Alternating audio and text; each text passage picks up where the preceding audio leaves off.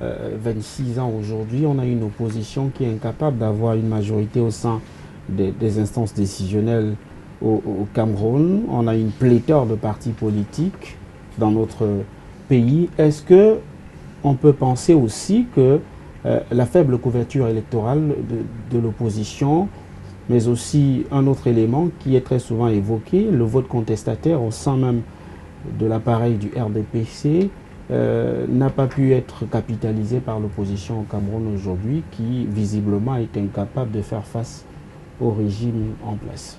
Vous arrêtez, vous commencez dans les années 90. Moi, j'irai plus loin dans l'histoire des institutions coloniales au Cameroun.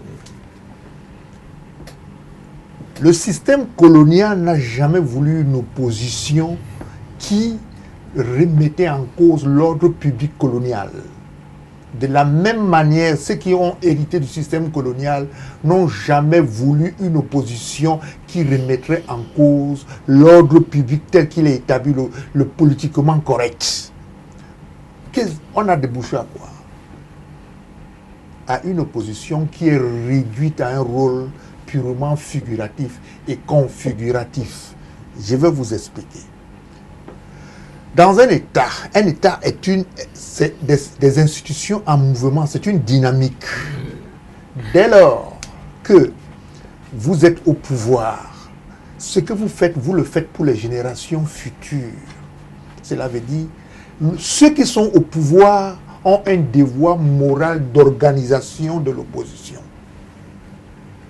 L'opposition israélienne est organisée pour le pouvoir, pour prendre le pouvoir à n'importe quel moment. Donc les règles de jeu doivent être consensuelles. Si les règles de jeu ne sont pas consensuelles, ce n'est plus une opposition. Merci. Donc il n'y a donc pas de règles de jeu suffisamment consensuelles. On veut une opposition figurative. Et pendant longtemps, ce jeu ça a été le jeu de la politique au Cameroun.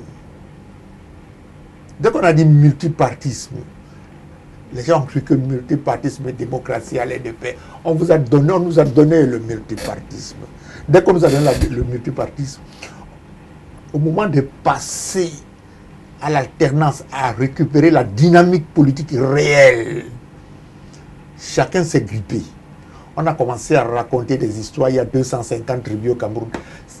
Cette affaire de 250 tribus au Cameroun, je vais vous dire la vérité, ce n'est pas vrai. C'est une analyse sociologique coloniale. Il y a moins de 50 tribus au Cameroun. On a dit ethnie. Même si ethnie ou pas tribu, je vous dis la vérité, en fait, les gens se comprennent, les gens s'aiment. Donc c'est de la manipulation qui a été faite par ceux qui voulaient conserver le pouvoir et qui estimaient que ceux d'en face venaient avec d'autres intérêts. Vous comprenez? Donc, ce que je voulais vous dire, il n'y a pas de consensus. Et tant qu'il n'y a pas de consensus, il n'y a pas de règles. Ce qui crée une forme de pugilat politique qui se pérennise depuis près de 26 ans, depuis de longues années.